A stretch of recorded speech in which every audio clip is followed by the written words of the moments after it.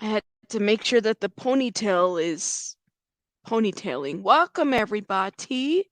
Welcome. Hopefully, you guys can hear me. Can you guys hear me? Can y'all hear me? Okay. I don't know. Maybe I can't hear me. Hello. Okay, I can hear me now. Welcome, everybody. Let me give people some time to get in here. Shout out to everybody because we don't really have a chat. I really wanted just to do a live and connect with you guys and talk about everything that's going on news wise. It's a lot happening. Thank you. Thank you. I try, put some stuff on it and make it shiny. But it's a mess. I promise you. I hate it's just too much. Welcome, welcome. Let me see my beautiful, wonderful members. Gen X Wim, thank you for being here. Let's see who else in the house. My beautiful mod Peekaboo, thank you. Carolina, Gen X Biatch, thank you. We're gonna have a conversation. Liz, Chico, Morals. How you doing, love? Shout out to you. Carolina, welcome. Ooh, maybe it's a small house today, which is fine. I kind of like a little bit of like us hanging out. Tazzy, welcome. I see who else? Who else? Lori, welcome. Christy, welcome. Emily B, welcome. Who else is in the house? Cheeks McGee, welcome. Okie, Christy. Yes, everybody come through. Lori, member for 2 months. Congratulations. And thank you for being a member. Cascadian Root is in the house. Daisy Girl. Yes, thank you. Queen Bella, thank you for being here. Thank you, thank you. Kitty Coo, welcome. Yes, we had to tighten up that ponytail. You know what I'm saying? Cheeks McGee. Tassie has been a member for 6 months. Lord have mercy. Look at you, Tassie. Thank you. Shout out to everybody with the long memberships. My goodness. Everybody come through. Hey, everybody. All right. Let me see who else I see here. I see Beach Life. Welcome. Ray, is it Rayan? Rayan. Welcome. Thank you. Coffee. Welcome. I need some coffee right now. I'll tell you that right now. All right. Let's get it together. So I was going to drop a couple of videos on this and I said, nah, I'm just like, I really wanted to have a more live conversation because there's like different moving parts to the situation. I was watching some of Growing Up in Scientology stream. Hey, CL, welcome, welcome. Oh, I accidentally clicked out. Now you're back. Shout out to you. Didi, how you doing, love? Shout out to you. Thank you for being here and listening. And then I saw CL in the chat as well. Everybody come through. So I was listening a little bit to Scientology streaming about what Matt Walsh said about like the whole Russell Crowe thing and making a compare, not Russell Crowe, that's a whole different celebrity, Russell Brand, and making a comparison to what happened with Danny Masterson. Now, I was going to talk about that, but then I was like, wait a minute. Then the divorce came about with Bijou Phillips. I listen, I love his style. I'm loving it. I'm loving it. I'm loving it. Bijou Phillips has decided, and let's go right to it before we get to the other side of what we're going to talk about too. She's filed divorce, right? It's the talk of the town. Um, citing in what is it? Irreconcilable different. I can't even say the word. Irreconcilable differences in courts. So they got documents like irreconcilable differences. That's what was cited. It isn't that off to me. It's like, mm, hey, messy ball, how are you doing, love? It almost feels like, wait a minute, can you just say, yes, thank you, Queen Bella. Can you just say that the man has been sentenced, convicted, and there is that irreconcilable differences? I'm just saying. She was in, well, she, listen, I think, I'm going to say it, I think Bijou knows a lot. I think Bijou knows a lot about what's been going on with her husband. Okay. I think she has accepted him for who he is and what he is, in my opinion. Uh, I'm just saying, you know what, CL, and somebody said that too. It's financially smart for her to file divorce as well. His lawyer fees currently and for many years are going to be, yes, they are. They're going to be a lot. So maybe this was strategic of her to say, like, I'm divorcing him. Hmm. I don't know. So I guess they married in 2011. They've been married for quite some time. They have a daughter. Phillips' petition requests full legal and physical custody of their minor daughter, with Masterson receiving child visitation. So he'll still be able to see his daughter from jail, right? But yeah, people are saying, Patty, that this was a strategic move to secure the bag and to secure money. Like that's what these people do. This is what celebrities do. I don't know. Hmm, I don't think they're like, I think what's bothering me is this idea of irreconcilable differences, because you know that that's not the case. The reason why this was very strategic in her part of saying he's going to be gone for 30 plus years. Like, well, what are we going to do here? She's not going to be out here supporting any victims or anything like that. You know what I'm saying? The legal YouTubers broke this down. You should listen to them before you blame his wife and for his. What he has, you're missing this. Ooh, you should listen to them before you blame his wife for his actions. Okay, thank you, love. So he is so hanky panky visits for him and his. Ooh, I don't know. I don't know. I don't. I mean, that's a great. If he's released, I'm assuming that that's part of the conditions. Potentially. Potentially. When she married Danny, there were rumors that she was going to be like Peaches. Interesting. Who's blame? I don't know, Vic. Vic, please, you always get these like heated trolls that just come in here with a lot of heat, and I pay you dust. I don't know what to say to you. Like, it's like that's what happened last time we went live on another topic.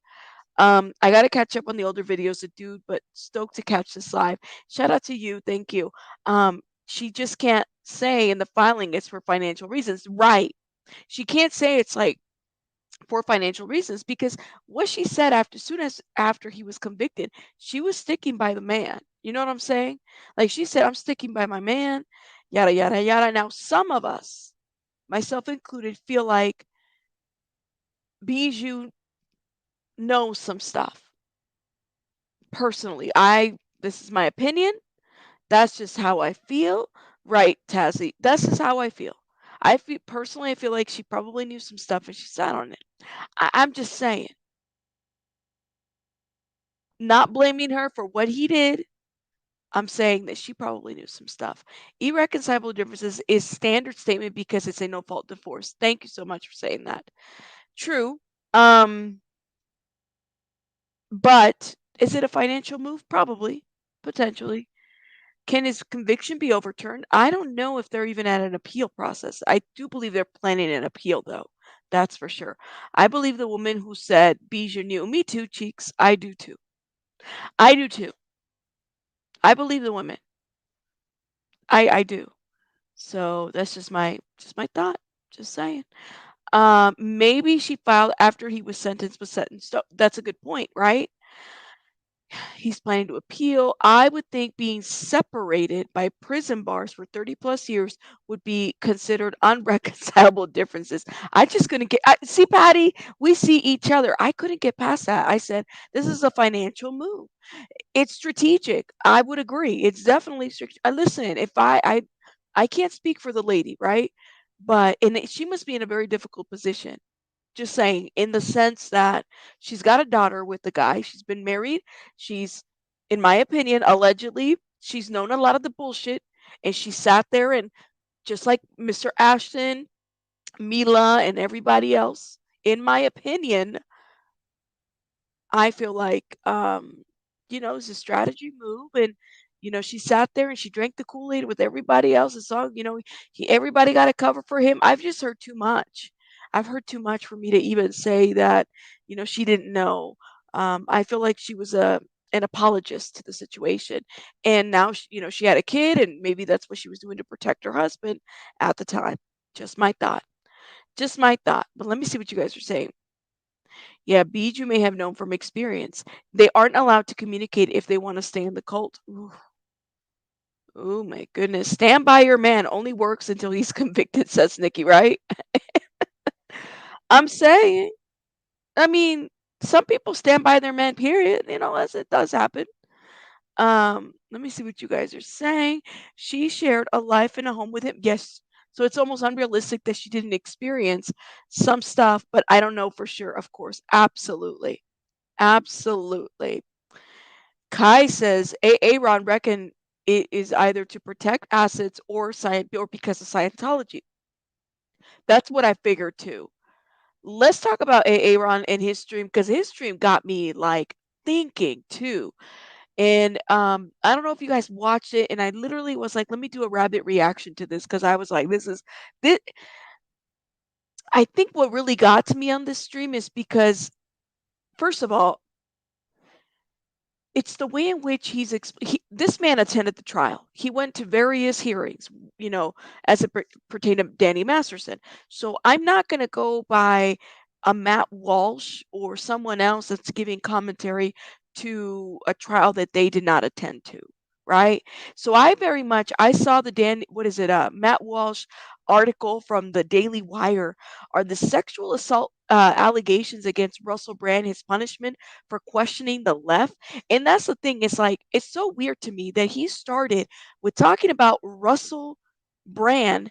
No, he started with talking about Danny Masterson and pointing what he feels like are holes in that case to swing over to Russell Brand. I was like, I'm so turned off. First of all, I'm not a fan, but hey, it is what it is. Patty, thank you for becoming a member. Um, let me see what you guys are saying. She's been pressured to stay until after the trial. I don't know. I mean, she told her People magazine, I do not plan to divorce. And then here we are, 4 days later after that statement from People magazine. She's getting a divorce. Strategic? I would think so.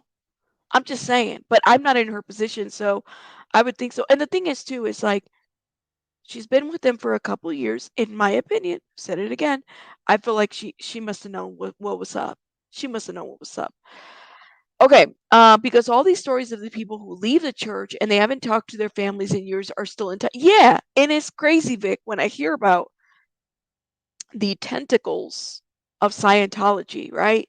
And it amazes me because I remember how I learned about Scientology was literally through Leah Remini and Mike Rinder in their Aftermath. And I couldn't wait. I think I watched maybe the first 2 seasons. I couldn't wait. I could not wait to see another episode of the Aftermath. I was on it. And it just surprised me that, like, you hear, especially for someone like me who studied a little bit about cults, right? And mind control and cult like mentalities. It's different when you read it in a textbook, right?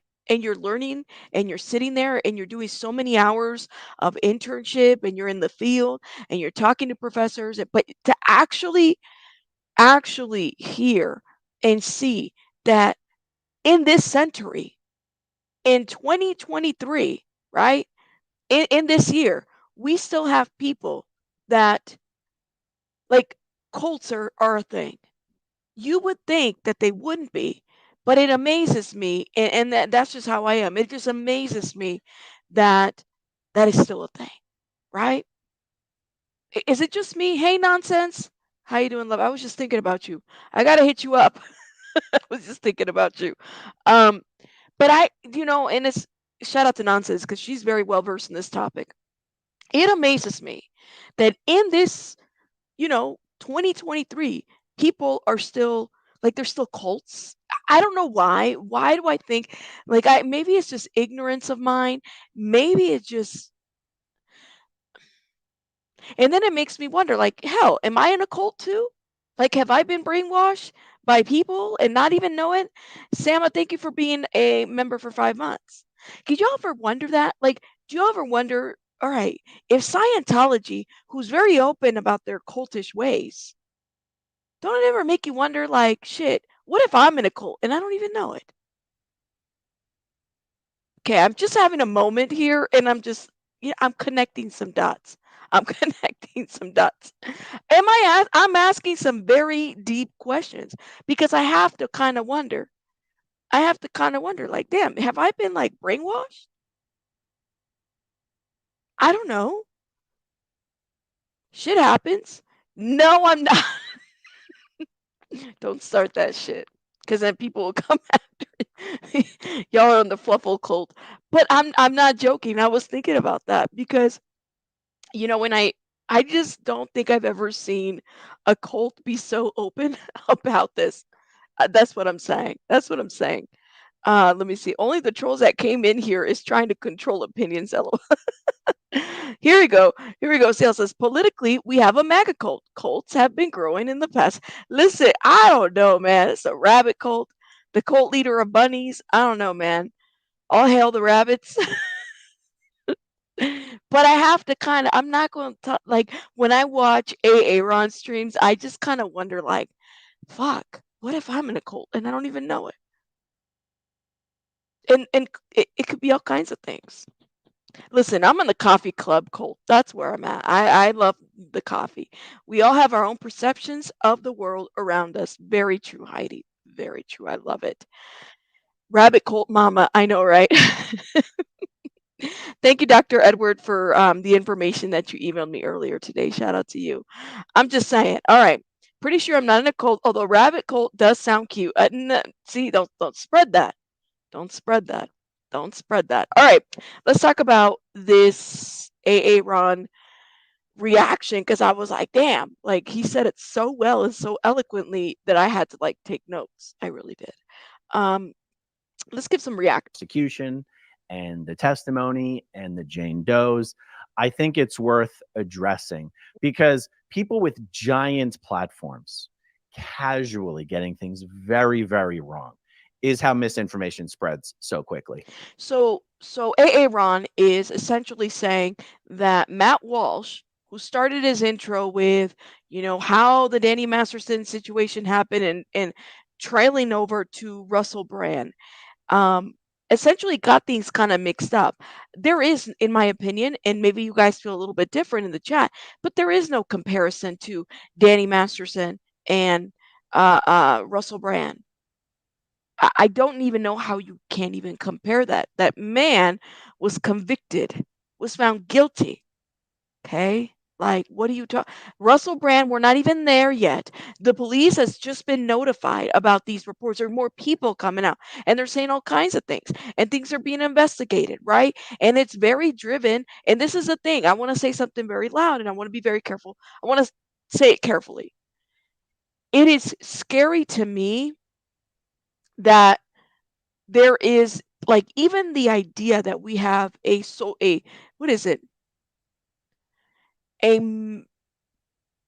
media type of jurisdiction, right? What's the word that I'm looking for? If you guys can put it in the chat, it would be awesome. What is there, we're convicting him based on what we've seen on social media, right? What's been portrayed. I want to convict him in a courtroom. That's where I want to go. Y'all take all this information and put it in the courtroom so and then we can really get to the nitty gritty of the stuff that's going on. So and then we can really, really get to the if this man is like guilty, thank you. The court of public opinion. That is so scary to me because all of us can fall somewhat victim to that as well. I could say today, you guys just said it. Rabbit has a cult. It's the rabbit cult. And then suddenly tomorrow's someone's going to cancel me because I have a cult. That's scary. That's scary. Give me one sec, guys.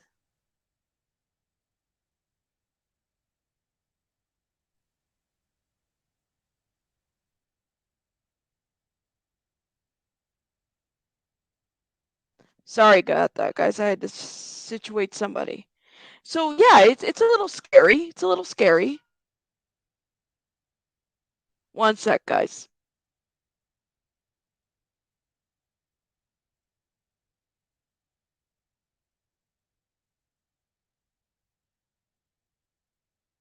Hold up, guys. I got somebody at my door.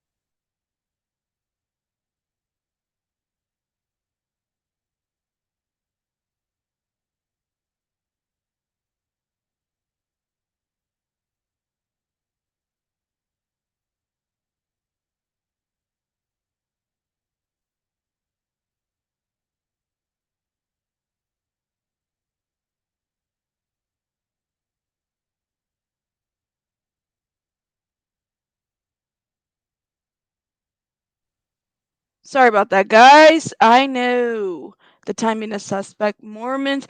Yeah. Let me see what you guys are saying. What's my favorite coffee flavor? Caramel. Okay. Sorry about that. I got distracted. So I had somebody at my door. Like, why you guys come to my door when I'm live? Damn it. What's going on? Amazon delivery. I know, right? Okay, yeah, it's scary for any creator or anybody doing social media, the court of public opinion. But I mean, we all fall to it. My biggest concern is for the sake of if there are victims, more victims out there, right? I think it needs to play out in court. Not so much here, but it is playing out here, and it's so weird to even like. And I had said this before in a video. I said I don't. It lands weird because I don't know. Um, we don't know all the information to even say that this man did this or to say that these people are lying. Like it doesn't go that it goes both ways, but it's been put out there on these based from these journalists, and we're expected to consume that information. And that's why I kind of sit back and I said, damn, like that's scary. That's scary. That's all. Yes, everybody. All right, let me see what you guys are saying. All right. Let's see. The amygdala that controls emotional processing, fear, and anxiety also seeks justice. We've always had the town square public shaming.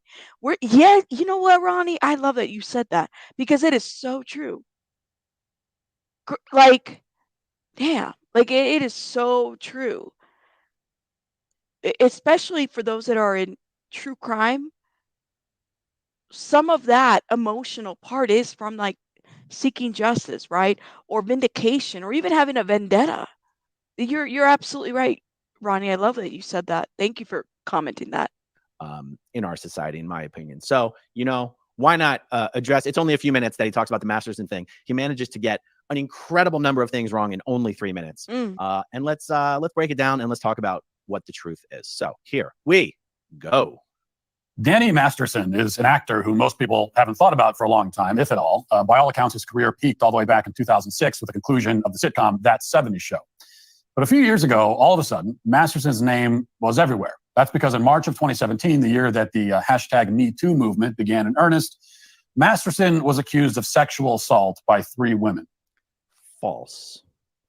Danny Masterson's victims came forward many years before 2017.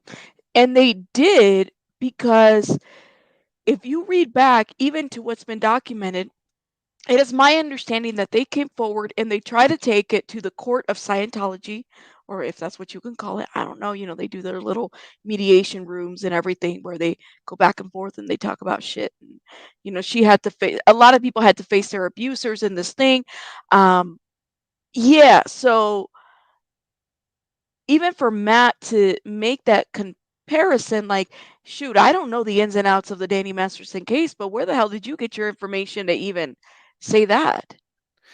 First of all, we have to look at when they came forward to the Scientology authorities, and then we have to look at when they came forward to the legal authorities. Their letters written. Jane Doe 1 came forward to the Scientology authorities, had come forward to both the Scientology authorities and the legal authorities, the police, by 2004.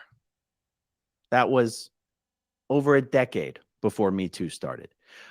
Jane Doe 2, for her own personal reasons, having already had a lot of failure reporting sexual assault to the Scientology authorities previously, didn't even bother reporting to the Scientology authorities because she knew that doesn't get you anywhere.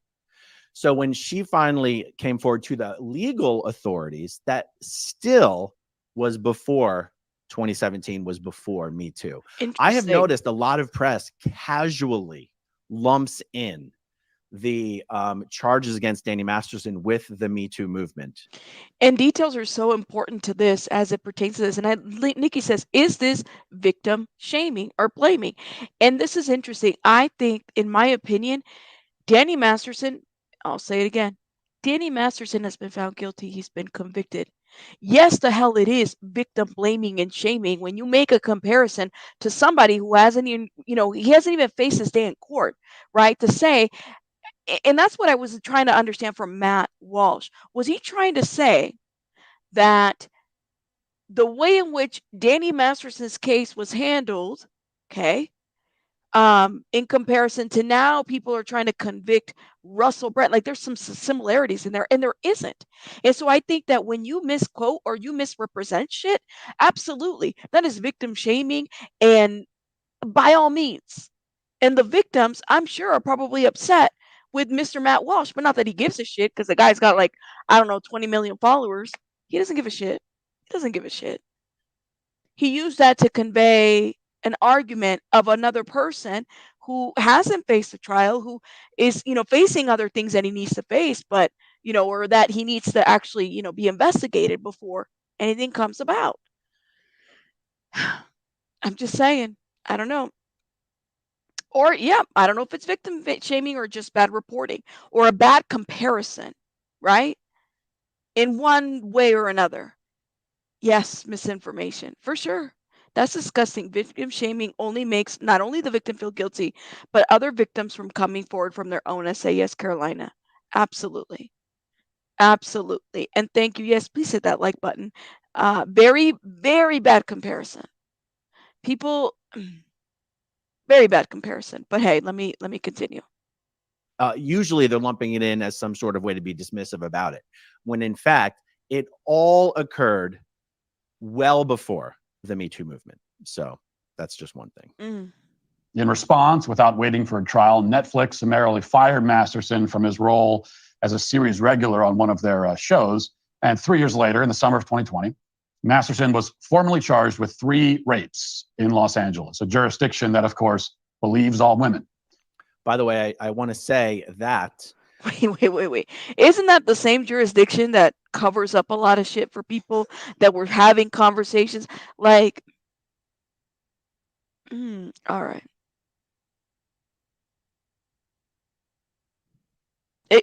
See, y'all that support Mr. Matt Walsh. he said that. Did you guys see this? I was like, huh?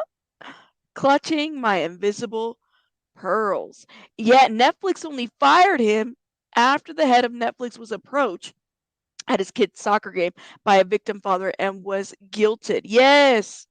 He said that. I said, wait a minute. People have a hard time getting justice. And he's over here saying how this jurisdiction favors victims. Really? They do? That completely crappy. Right. I don't think so. I'm just saying. One of the reasons it took so long to bring charges against Danny Masterson was because Jackie Lacey, the Los Angeles district attorney, had sat on the file for years, reportedly because she intended to use it as a political football to bring those charges right before she was set to run for re-election. And how often does that not happen, where a district attorney or where somebody doesn't sit on they'll sit on a case, or they'll convict the wrong person to run their agenda. One of the biggest ones that I remember, Adnan Syed, that case right there, I think it's from Maryland. Heyman Lee, Adnan, the young guy that was convicted, and he was released, right? But the guy, the district attorney, was running some political agenda. It was after Adnan. There was no evidence. Everything was circumstantial. People have run this thing back and forth. Serial was a podcast based on that case. And he sat in jail for I don't know how many years. They just released him last year. He went in there when he was 18. It's straight BS. It is. Thank you, Caddy. Look at Harvey Weinstein. Everybody knew. It is infuriating. See, I was like, I know you have got to be lying. They do deserve to go to jail. The district attorney has been getting yelled at about Danny for decades at least, right? So we don't know how long they've been sitting on this file, right? This is Hollywood. This shit don't work like every other place. And even if they, I feel like they write their own rules, in my opinion. And that is what caused the Jane Does and the attorneys to sit around for 2 years being like, is anything going to happen? Is anything going to happen? Is anything going to happen? And so again, this is a case of Matt's almost using the fact that politicians playing politics, he's using some of the shenanigans that the responsibility for which lie at the feet of these politicians, of which an elected DA I consider to be a politician, and somehow using it against the Jane Does themselves. Totally unfair. Prosecutor said that one rape occurred in 2001, another in early 2003, and a third in late 2003. Now, right off the bat, the timeline raises some obvious questions. For one thing, how is it possible to prove a rape beyond a reasonable doubt 20 years after the fact, in the absence of any physical evidence of violence or drugging? Okay, let's take a look at that. Okay, now obviously he's referring to only the 3 Jane Does for which charges were brought against Danny. There's another 3 Jane Does who have come forward publicly and said they were also drugged and assaulted by Danny. 2 of those Jane Does testified as witnesses in the trial. Many more of those Jane Does have come forward and were not witnesses and did not testify. So by the way, Jane Doe 1, 2, and 3 are the ones who Danny was charged with. You then had Trish Vesey, Kathleen Jenkins, who have come forward and testified as witnesses. And then you had Bobette. Bobette, I apologize. I always say your last name wrong. Is it Rials or Rialis? Rials? Bobette appeared on an episode of Leah Remini Scientology in the Aftermath and publicly told her story of being drugged and attacked by Danny. All this cover up. They were testifying all this through the church that told them, you don't go to civil law to handle this. You don't go to the law. You go to the church. That's what you do. So they covered up a lot of shit. Come on now. These people came out and they went to the institution. Some of them grew up in the institution that they trusted and they believed in, and the people, that their church is community. Church itself is a whole community. People seek refuge at church all the time. You're supposed to trust the people there, the leaders there. You are. That's what you're supposed to do. Actually, Matt Walsh, you're thinking about, there is a John Walsh, and that is America's Most Wanted. Matt Walsh is a different Walsh. But yeah, and that would be America's Most Wanted.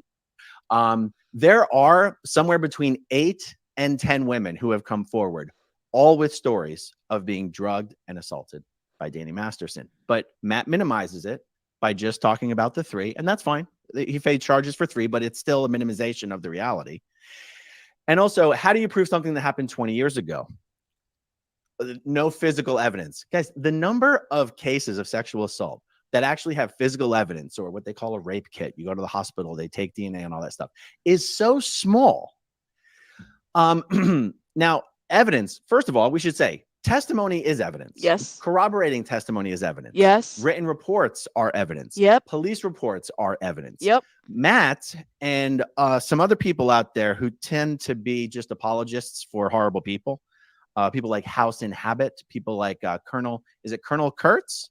Horrible people. Horrible people. Oh, shit. Smiley says, I normally like Matt Walsh, but on the Me Too movement, he seems a bit off. It's like he has something against rape victims. I think he has something against people that come forward later on. A lot of people question that. And it is, I not to say that it's not a valid question, but I also think, having worked with victims, is, well, when should they come out?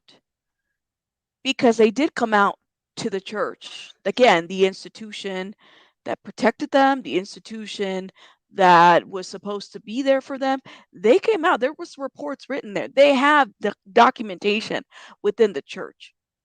The church felt like not only was it going to be a church, but it was going to be, the law for them as well. So it's a bit offensive, in my opinion, when you say you don't have evidence. Well, okay, police reports is evidence. Testimony is evidence.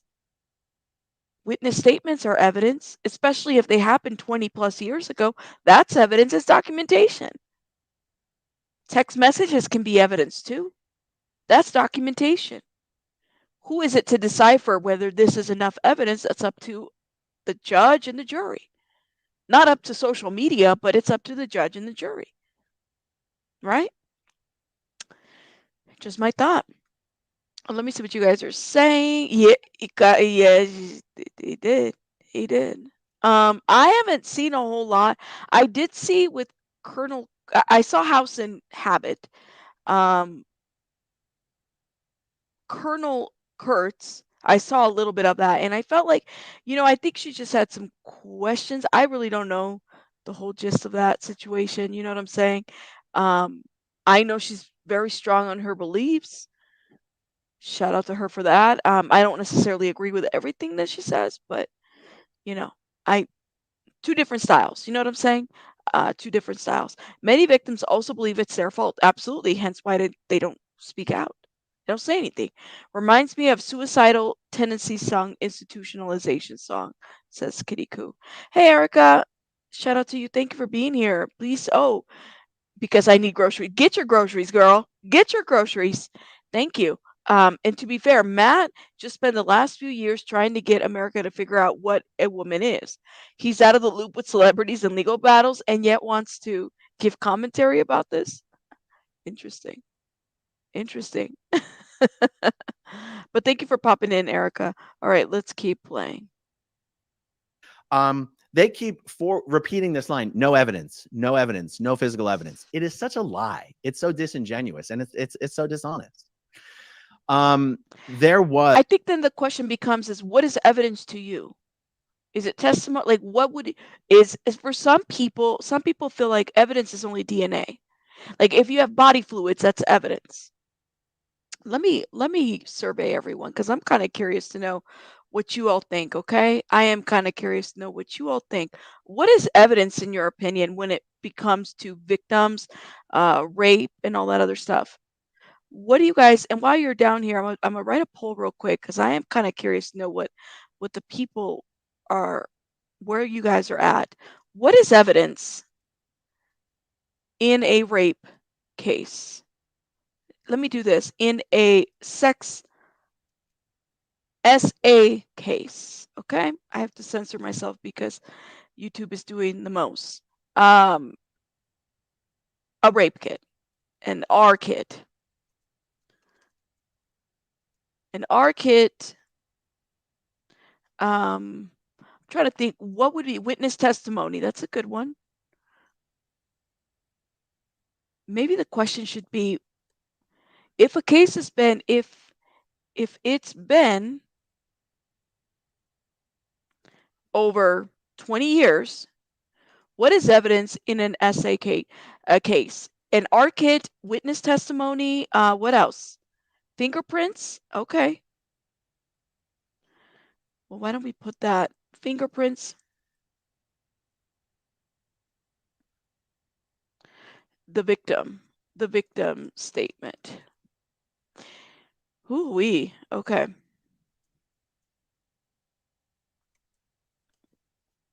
Because I think that this is an important question to ask. And I think this is why we get lost in the sauce a little bit. Witness testimony or just the victim statement / words. And then I'm going to put another here if you say not sure yet, because every case is different. So if it's been over 20 years, what is evidence in an SA case? An R kit, fingerprints, witness statements, or just the victim statement and words, or not sure yet? That's what I'm going to be asking. Let me start the poll right now. Now, while you guys are in the chat, please hit the like button. It helps in the algorithm as you are voting. Thank you. I'm just kind of curious to know where everybody lands on this one. Corroborating evidence, background. Okay. If it really depends on the case, maybe I should have put it depends on that. So what if you don't have, all right, so let's just say this. What if you don't have a rape kit? What if you don't have, you have two victims, okay? You might have testimony, you might have a witness, but you don't have an R kit. You also don't have, like, say that they were drugged. You also don't have toxicology. This is the kind of questions that I think, once you start asking and thinking about, then it like the wheels kind of start, like, oh shit, like what if it happened to me where I was charged with R-ing somebody 20 years ago? I'm just giving an example, right? And there was maybe one witness to it, but it was consensual. I'm just thinking of a situation. Yes, I know his stuff got reinstated. You're absolutely correct. Let me see what you thinking back in the days of Law and Order. The case is so different because of Scientology. Absolutely. So as far as evidence, the church was holding the evidence. There still could be some kind of forensic evidence outside of the R kit. Absolutely. Absolutely. Therapist notes, journal. Ooh, T. Marie, I love it. You said this. Notes, receipts. Maybe y'all went to a restaurant and then he assaulted you afterwards, or she assaulted you afterwards. You never know, right? That could have happened. Somebody, maybe the waiter at the restaurant saw you guys, at the table and was like, "Yeah, I saw so and so together," right? For YouTube to remove Russell before even a day in court is awful. I hope he says. Here's the deal, Voodoo, and maybe you might agree. This is what I don't understand. You guys had Ruby Frank here monetizing child abuse for years, along with the sister and everybody else for years. And now y'all want to take monetization from Russell Brand? Get the hell out of here with and then responsibility. What is it? Violation responsibility. I said, what? What about when they were parenting their kids and doing all that shit out there? The YouTube. I don't know. I'll just keep that to myself. I'm just saying. Let's see what you guys are saying. Thank you, beautiful messy ball. Yeah, it is insane. I'm just saying, something's wrong. You can agree with me more. She's like, I had the all caps that statement. It doesn't make sense. Y'all let Ruby Russell, or not Ruby Russell, Ruby, giving her a different name, Ruby Frank,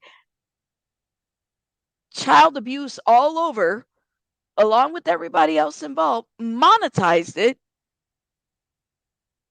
and for years, and now you want to act on this situation. Like, I don't get it. I guess if you're a celebrity, that's when it matters. I don't know. Both times I wasn't helped by police, says Smiley, but I did it anyways. If you wait that long to report, I feel like you lose the right to prosecute unless you were a minor. Shout out to Smiley. I completely respect your opinion. All right, we got 64 votes in the House.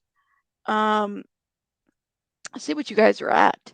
So 50%. Ooh, this is an interesting poll. It's been over 20 years. What is evidence in an essay case? You guys are saying fingerprints, witness testimony, R kit, and then 18% is saying just the victim statements and words alone. And 32% saying not sure. That's interesting. That's interesting. Okay, let me hit play on this. Was a ton of evidence, corroborating evidence, reports, some of which I'm going to bring up after some of his next comments here. Now, you might think that the accusers must have had airtight stories, but that's not true in this case. In fact, one of the accusers previously told authorities that Masterson had not raped her. She says that she only realized years later that she was raped. She originally thought it was consensual, and then years after the fact, changed her mind. That is so completely inaccurate and dishonest, and a misrepresentation of facts and a misrepresentation of the testimony. Wow. I am only going to assume right now that he's talking about Jane Doe 3.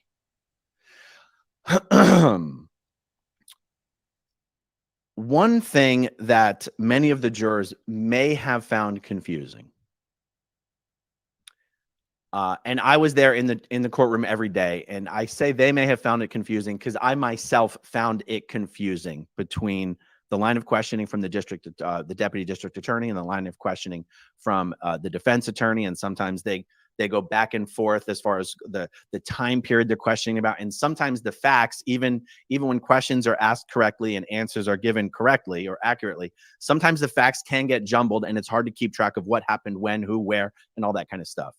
One thing that's very important to know about Jane Doe 3, that this is Chrissy Carnell Bixler, the testimony that she gave, and the charges Danny was facing. Everybody's attacking Chrissy. Why is everybody attacking Chrissy? It's a lot of apologists. The man's been found. He's been convicted. Why is everybody like? I was listening to somebody and I said, they were saying, look, I'm not even going to name names. Okay, I'm not. And they said, I haven't decided if Danny Masterson is guilty or not. Okay, girl, like, it's not up to you to decide. Thank God. It's not up to you to decide. However, it's been decided like 5 days ago. People try to rewrite this by attacking people who have made statements about the situation. That is infuriating to me. I said, no, Lord. She said, I have not decided if he is guilty. You haven't decided? Well, guess what? That he was convicted 5 days ago. I think he's guilty. But it's not up to us, the internet, to decide if somebody's guilty and rewrite history about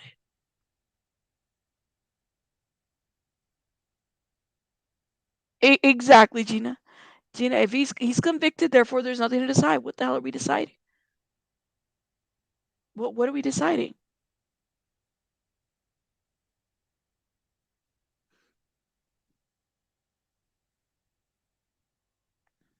I don't get it. All right, let me hit play. Is that Jane Doe 3 testified to 2 separate and distinct incidents. One of those incidents involved being drugged and assaulted by Danny. The second incident did not involve being drugged. The incident that involved being drugged was the one Jane Doe 3 first went to report to the police.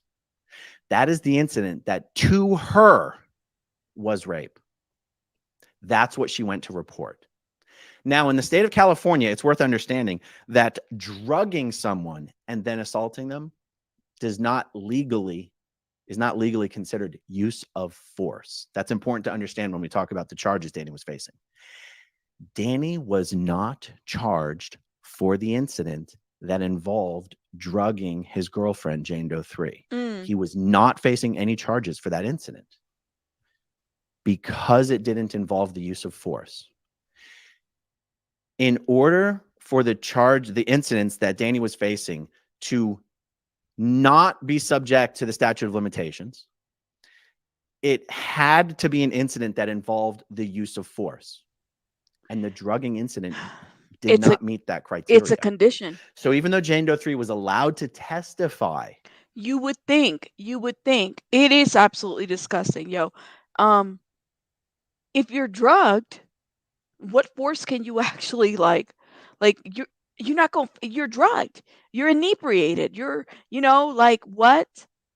You're not using your body to stop somebody. It's not going to be force. 9 times out of 10, right? Like, it is ridiculous. On the witness stand as to what happened in that incident. Right. No consent. When the jury goes back to deliberate on whether Danny's guilty or not guilty of the charges he was facing, that's not the incident they were deliberating about.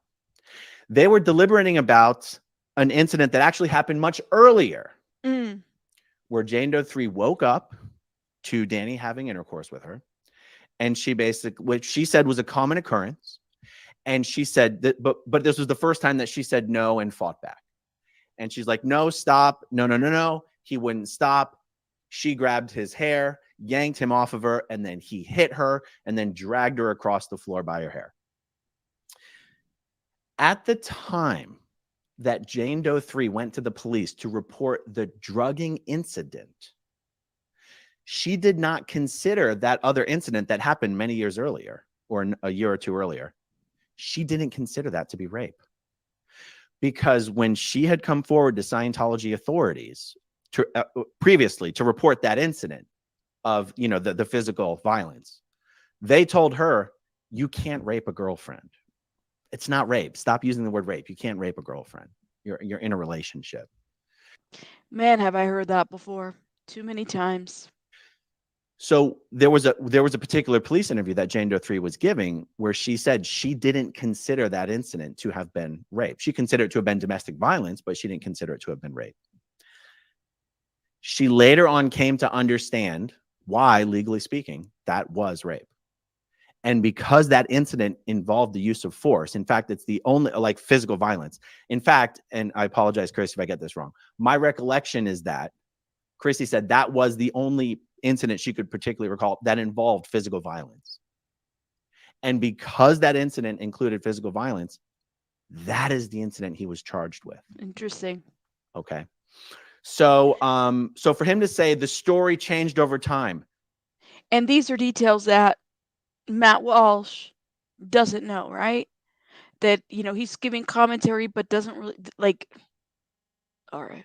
The stories have never changed over time. They have been entirely consistent. Mm. Okay, let's get back to it.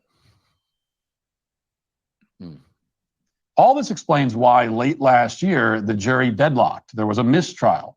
According to the foreman on that jury, they were leaning towards acquittal on every count. And he said that the reason for that is that they found the stories from the accusers to be inconsistent, contradictory, and implausible. Wow. What Matt Walsh doesn't say there is that that jury foreman was later exposed for having lied on his jury questionnaire about having himself personally or any of the family members been convicted of felonies or personally having had any involvement with the police. That jury foreman's own son was prosecuted and convicted of a crime very similar to the crime Danny Masterson was on trial for. And his own son had been convicted and sent to prison for that crime by the exact same DA's office that was prosecuting Danny Masterson. Interesting. You want to talk about a conflict of interest? That jury foreman was later found to be working with Danny Masterson's defense team to try to get the charges against Danny thrown out completely. You know, and what did Matt say? He said that some of this was like, you know, the jurisdiction is the, you know, forgiving of women and believing all women jurisdiction. Okay, these are details that he didn't release in his little 2-minute commentary about making a comparison between Danny Masterson and Russell Brand. What the hell? And Terry, yes, thank you for sharing. And I'm so sorry that you went through that as well. But thank you so much for sharing your story. It's almost like disassociating, and this happened to someone else. Right. Matt knows context, but is purposely weaving an alternative narrative for his audience. HP, I wouldn't be surprised. Which, if that is the case, then you got some blind supporters, my friend, because otherwise you would have gotten the details, the whole scope, and it wouldn't have mattered if your audience agreed with you or not, if you would have given the full context. But I love that you said that. I love that you said that. Let me hit play on this. Instead of simply having Danny retried, that jury foreman submitted an affidavit for the defense, to the defense, that no other reasonable jury could ever, under any circumstances, find Danny Masterson unanimously guilty of these crimes because the Jane Does were simply completely unbelievable. Now, we know all this because Tony Ortega and Chris Shelton gave that jury foreman a platform and published an interview with that jury foreman, even though the Jane Does asked them, do you think you could hold off on publishing that interview until after the DA's office has announced whether they're going to retry Danny Masterson or not, well, Tony and Chris thought they had a scoop and they weren't going to sit on this scoop. So they published the interview anyway. And that's the only reason anyone even knows all of the jury foreman's horrible ideas about the Jane Does and how they're all just a bunch of lying, gold-digging, dishonest women. Why in the hell do we care what that jury foreman thinks? But Matt Walsh doesn't have all that background info or chose not to share that background info. I would say that that jury foreman has a lot of egg on his face. Now that the guy he was trying to let walk free, he was working with the defense to let Danny walk free. Now Danny's in prison for the rest of his life. All right, let's keep going. But then just a couple of weeks later, a couple of weeks ago, I should say, as you might have heard, Masterson was put on trial again.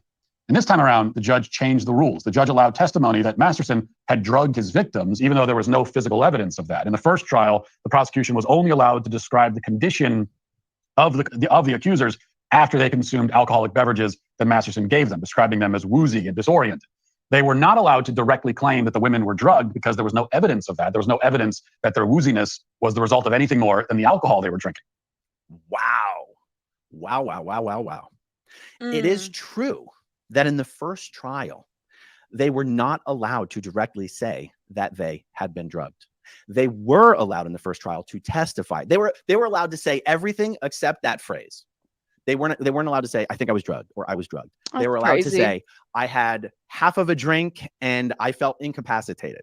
And then the deputy DA would continue with a line of questioning like, had you basically throughout, I'm totally paraphrasing. I'm not trying to be very accurate about any of this, but the line of questioning, like, did you have experience drinking? Had you drank that much before? How often? Do you generally, would you say that after that drink, that feeling was way, way out of proportion to anything you'd ever felt before? You know, it's so crazy, the legal rules that people have to follow, right? You're absolutely correct.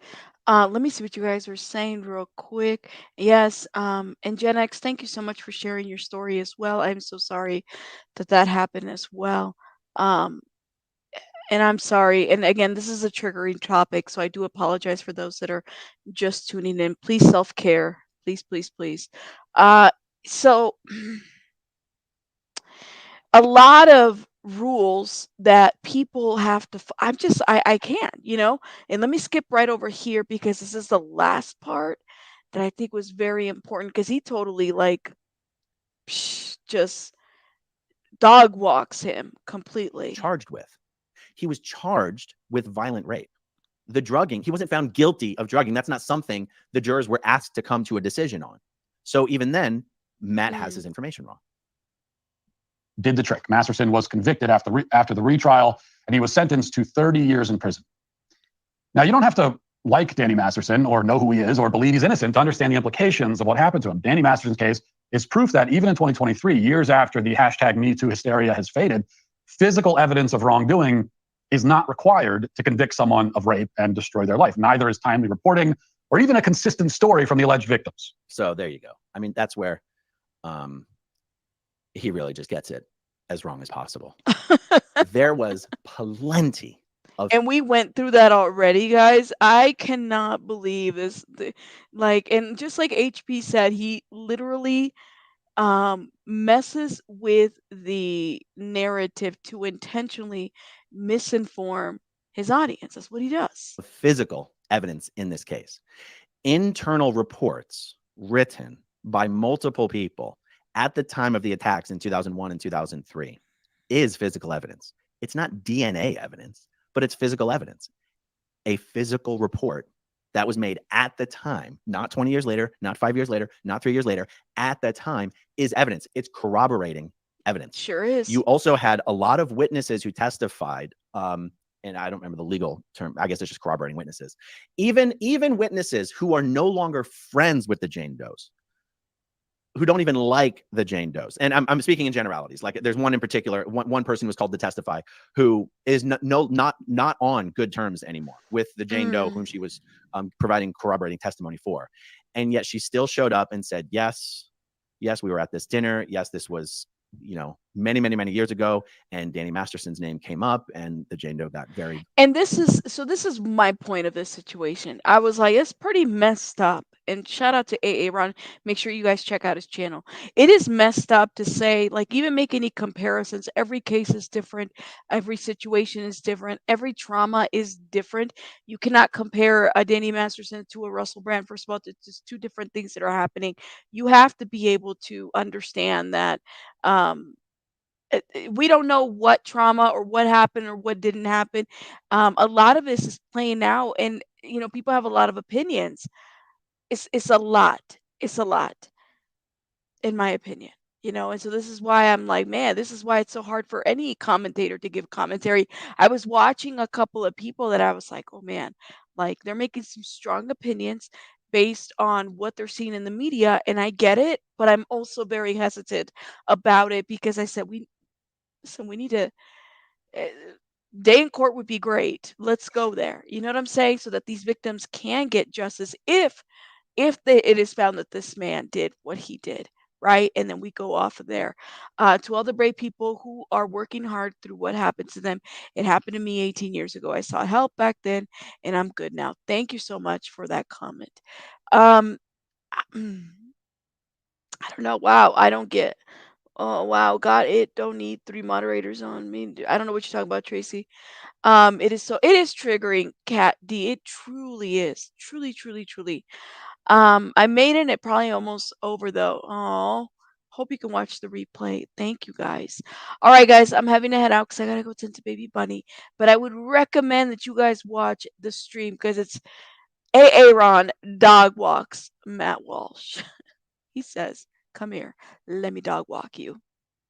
Dog walks him all over, all over, all over. All right, guys, I'm having to head out. You guys have a great, lovely. Thank you, Kenny. Thank you, thank you. Have a lovely night. I gotta go tend to baby bunny because she's bugging, so I gotta go tend to her. But you guys have a great one, and I'll see you guys tomorrow. Rabbits out.